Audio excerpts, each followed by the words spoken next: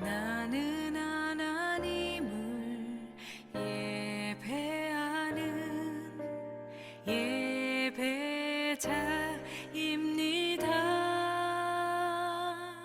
이 사도신경으로 함께 신앙을 고백하겠습니다.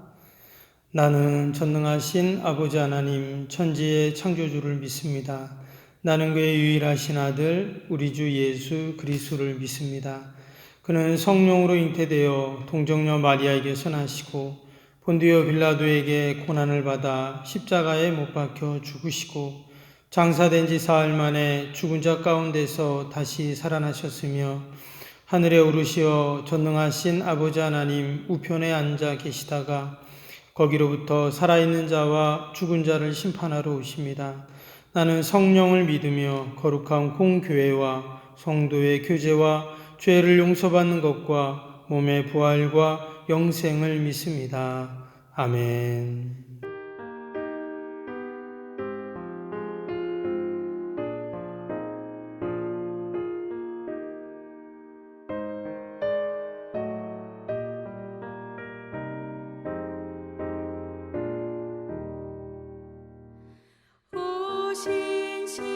신실하신 주 내 아버지여, 늘 함께 계시니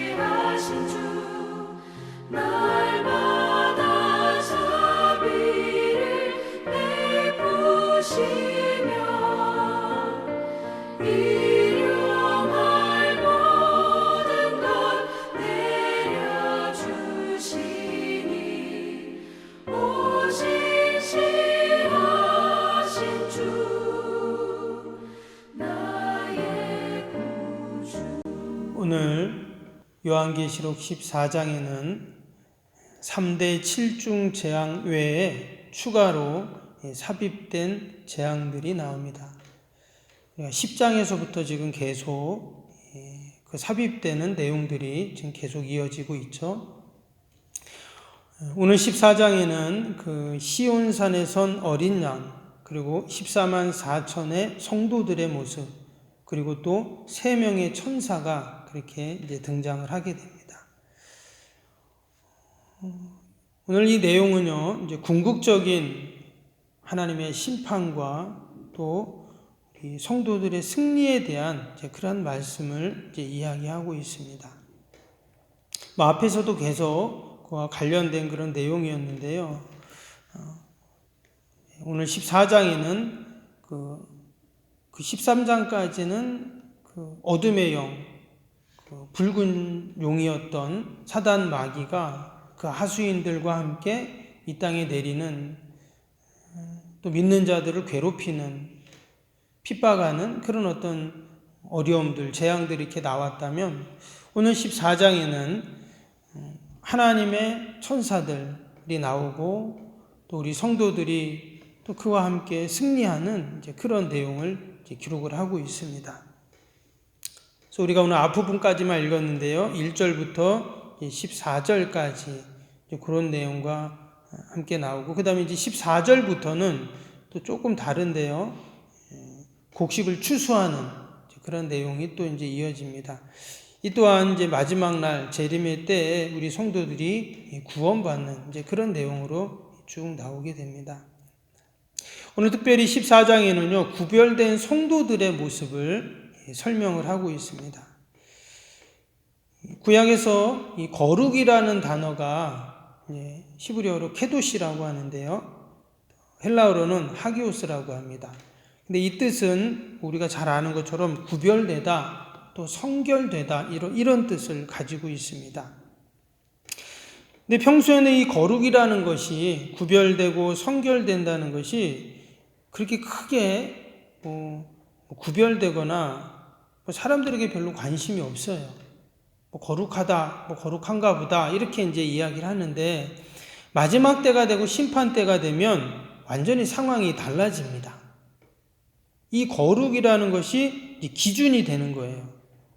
그래서 거룩하냐, 거룩하지 않냐에 따라서 심판을 받냐, 심판을 받지 않냐는 그 딱 기준이 되니까 이 거룩이라는 것이 너무나 귀한 것이죠. 오늘 말씀해 보니까 1절에 이렇게 시작이 되죠.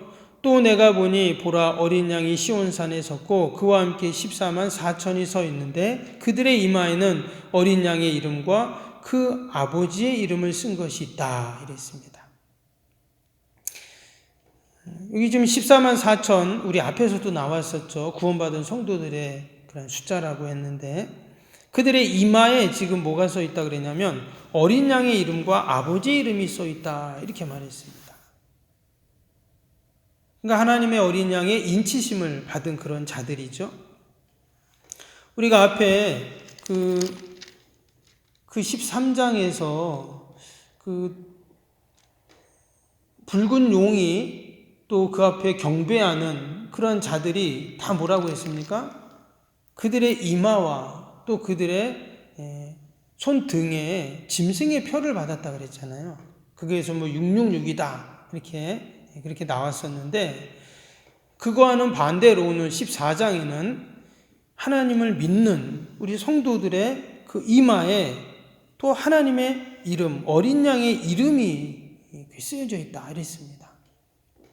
그러니까 짐승의 표를 받은 자와 이 하나님의 이름이 기록된 자, 완전 구별되잖아요.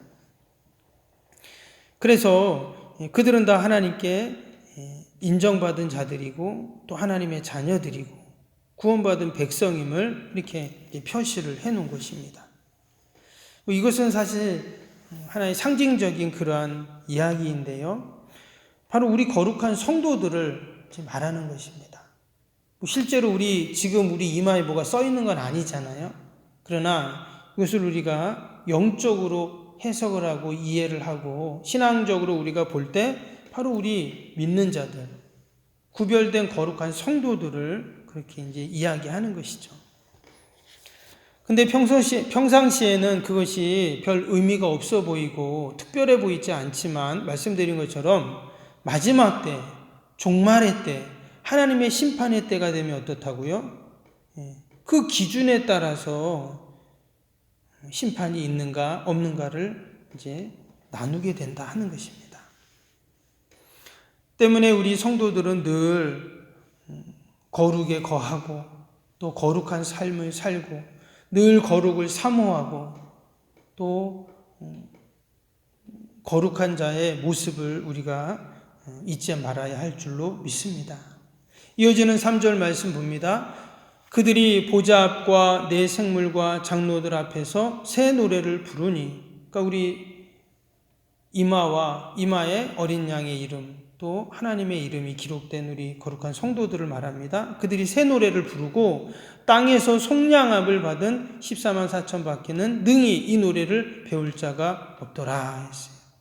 오직 우리 택함 받은 자들만이 하나님을 찬양하고 경배한다 그랬죠. 앞에 13장에서는 그 붉은 용과 그 땅에서 올라온 또 바다에서 올라온 그 짐승에게 경배해라 다 그랬잖아요. 근데 여기서는 오직 하나님을 찬양하고 경배한다 이렇게 얘기했습니다. 그래서 우리가 하나님을 찬양한다는 것, 여러분 이것이 얼마나 귀한 일이고 복된 일인지 모릅니다. 왜? 아무나 찬양할 수 없거든요. 또 아무나 찬양한다고 하나님이 그 찬양을 받으시지도 않죠. 여러분 죄인들은 하나님을 찬양할 수가 없습니다. 오직 어린 양의 피로 깨끗함을 받은 우리 성도만이 하나님을 찬양하고 또 하나님이 그 찬양을 받으시는 줄로 믿습니다. 그래서 우리가 늘 하나님을 찬양할 수 있다는 것, 이것이 어떤 것보다 가장 큰 은혜이고 복인 줄로 믿습니다. 할렐루야. 이어지는 4절도 봅니다. 이 사람들은 여자와 더불어 더럽히지 아니하고 순결한 자라 어린 양이 어디로 인도하든지 따라가는 자며 사람 가운데 속량함을 받아 처음 익은 열매로 하나님과 어린 양에게 속한 자들이니. 여기도 보면 여자와 더불어 더럽히지 아니했다, 순결한 자다, 또 어린 양이 인도하는 대로 따라간다 이런 말이 나왔는데 여기 보면 여자와 더불어 더럽히지 않는다 이런 표현이 나왔어요. 요한계시록에 나오는 여자는요 여러 가지로 해석이 됩니다. 그래서 때로는 요한계시록에 나오는 여자는 음녀를 그렇게 또 표현하기도 하고요. 또 사단 마귀와 함께 타락한 세상을 의미하기도 하고, 또 어떤 학자들은 그것이 로마를 상징한다 또는 바벨론을 지칭한다, 여러 해석이 있습니다. 우리 요한계시록 처음 1장에서 서론에서 그런 말씀을 드렸는데요. 우리가 요한계시록을 이해할 때는 역사적인 해석, 또 영적인 해석, 이런 우리가 틀로 이 계시록을 읽어야 된다는 말씀을 드렸잖아요. 그래서 괜히 왜 여자는 안 좋게 말하나, 이게 아니라 여기서 이제 말하는 여자는 그냥 우리 여자를 말하는 것이 아니라 그런 상징적인 의미로서 여자를 말한다 하는 것을 우리가 생각을 합니다. 근데 중요한 것은 그런 여자를 따라가지 아니하고 지금 누구를 따라간다고 했어요? 여기 보니까 어린 양이 어디로 인도하든지 따라간다 이런 말을 했죠. 그래서 우리는 늘 하나님을 따라가는, 주님을 따라가고 말씀을 따라가고 하나님의 뜻을 따라가는 자들이죠. 그가 바로 구원받은 성도들의 모습입니다. 오늘도 우리가 여러분 세상을 따라가는 자가 아니라, 어둠의 영을 따라가는 자가 아니라 오직 하나님의 말씀을 따라가고 또 우리 주님을 따라가고 성령님이 인도하신 대로 따라가는 여러분 저와 여러분이 될 수 있기를 바랍니다. 그러면서 이제 6절부터 좀 내용이 조금 바뀌죠. 하나님의 심판의 대행자인 3명의 천사들이 나옵니다. 그들이 하나님을 찬양하고 이제 경배하는데요. 근데 그들이 뭐라고 말을 해요. 뭐라고 말을 하냐? 첫 번째, 그들이 하나님 그 바벨론의 심판을 이야기합니다. 8절 한번 볼까요? 또 다른 천사고 둘째가 그 뒤를 따라 말하되 무너졌도다 무너졌도다 큰 성 바벨론이여 모든 나라에게 그의 음행으로 말미암아 진노의 포도주를 먹이던 자로다 하더라 그랬어요. 여기 보니까 갑자기 바벨론이 나왔어요.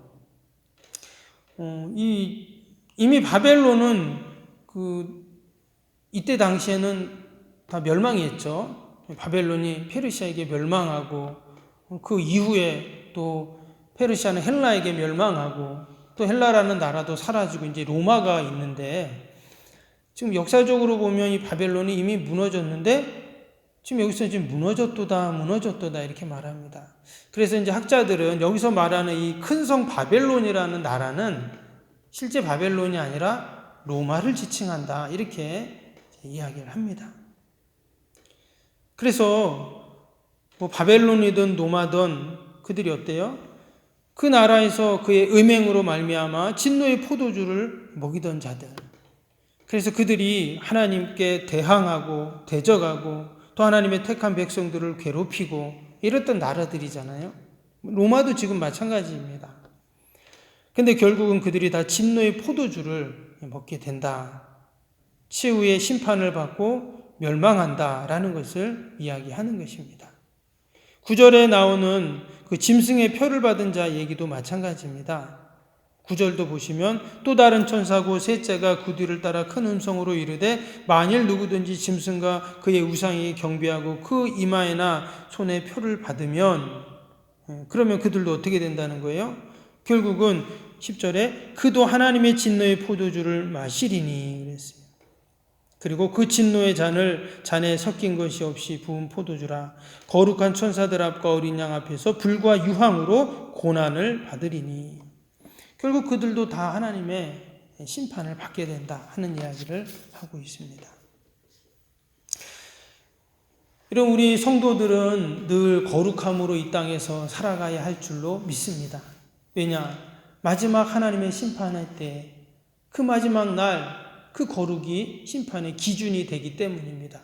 그런데 여러분 언제 그 심판의 날이 올지를 모르죠. 때문에 우리는 늘 오늘이 우리 인생의 마지막 날임을 생각하고 종말론적인 삶을 살고 그리고 늘 마지막을 준비하는 거룩한 삶을 살 때 그것이 참된 우리 구별된 성도들의 모습인 줄로 믿습니다. 내가 심판이 무서워서 거룩하게 사는 것이 아니라 거룩하게 사는 것이 하나님의 뜻이기에 케도시로 하기옷으로 사는 것이 우리 성도들의 모습이죠. 왜냐? 내가 거룩하니 너희도 거룩하라. 우리 주님이 말씀하셨습니다. 거룩을 잃어버린 이 시대 가운데 우리가 하나님의 자녀로 거룩함으로 살아갈 때 그것이 하나님께 영광이 되고 또한 우리에게는 복이 될 줄로 믿습니다.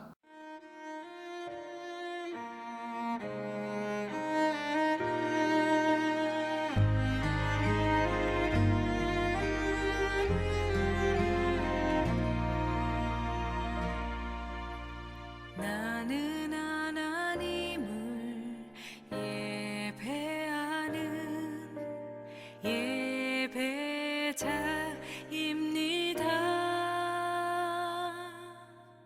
내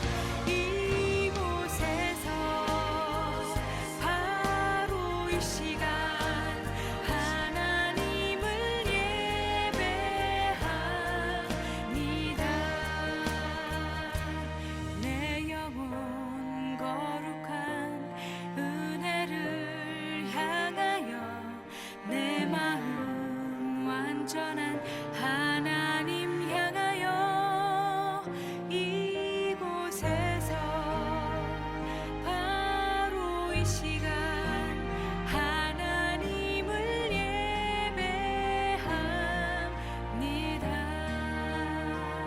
이곳에서 바로 이 시간 하나님을 예배합니다.